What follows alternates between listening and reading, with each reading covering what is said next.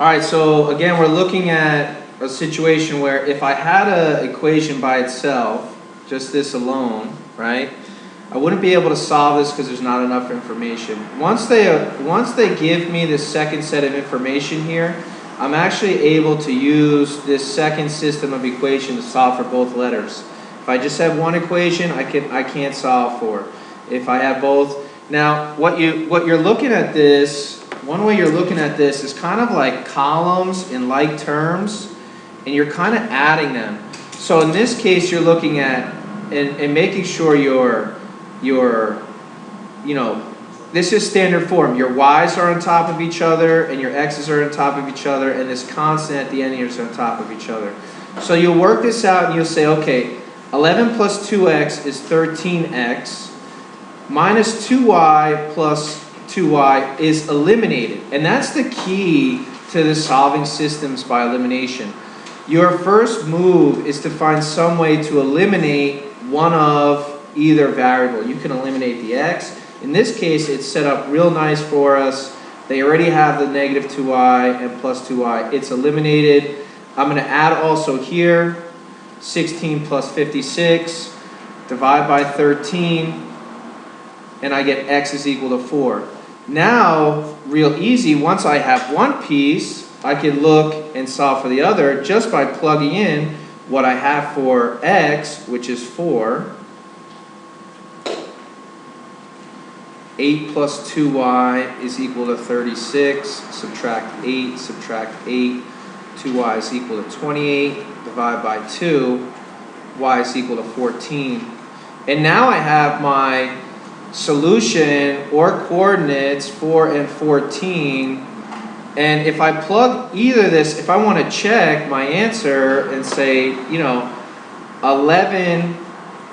11 times 4 minus 2 times 14, is that 16? And I say, okay, 44 minus 28 is equal to 16. 16 is equal to 16. Yeah, I checked my answer. So you see this x and y, which would work here, would also work up here.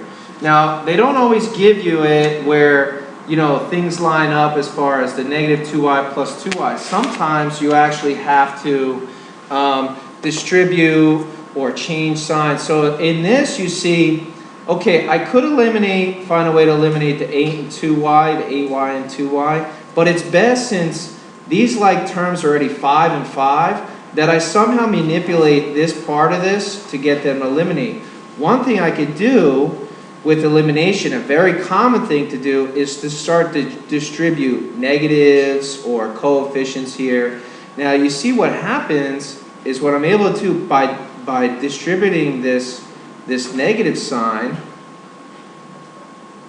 is I'm able to say now that this is negative 5x minus 2y minus 41. Now be careful, common mistake is students will change the negative 5x, but they won't change the positive 2y to negative 2y or the 41 to negative 41. Now by doing this, what I've done is I've been able to eliminate one set of variable, the x's, by having a 5x and a negative 5x. Eliminated. And then 8 minus 2y, 6y, 89 minus 41, 48. Now I have one variable, so I can divide by 6. Y is equal to 8. Now that I've got it down to one variable, I've been able to eliminate it. And then all I need to do is plug back into either equation and say 5x plus 2 times 8 is equal to 41. 5x plus 16 is equal to 41. Subtract the 16. 5x is equal to 25. X is equal to 5. And if you wanted to check your work, both variables, if I put into either equation, should equal to 41. Now another move you guys might have to make is that not only will you have to change the signs, but you might have to distribute by a certain number. So in this case, you might have to distribute by -3. And then what that does is it changed 4x plus 9y equals 75. And by distributing a -3, what I've been able to do is change this 3y to now a -9y. And what that does for me is it helps me eliminate my y's. I think that's a -81, yep. And you see what I've done is I've manipulated the 3y to turn into a 9y by multiplying -3.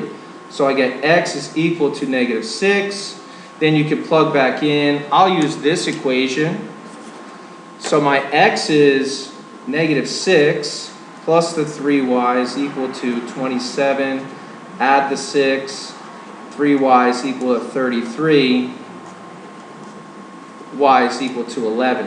And here I've had my solution for both. Again, I could check by plugging both of these in and seeing if that works out.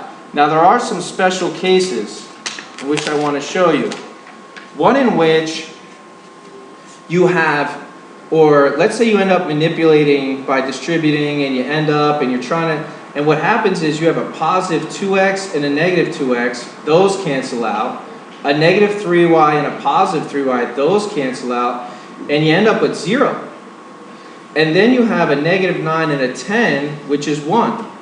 Is 0 equal to 1? No, that's false. So this is a case where it's no solution. Okay? You look at this here though, here they cancel out 0, but also the -9 and +9 cancel out to 0. So this is true. You've gotten 0, and this would be a case where you would have infinite solutions.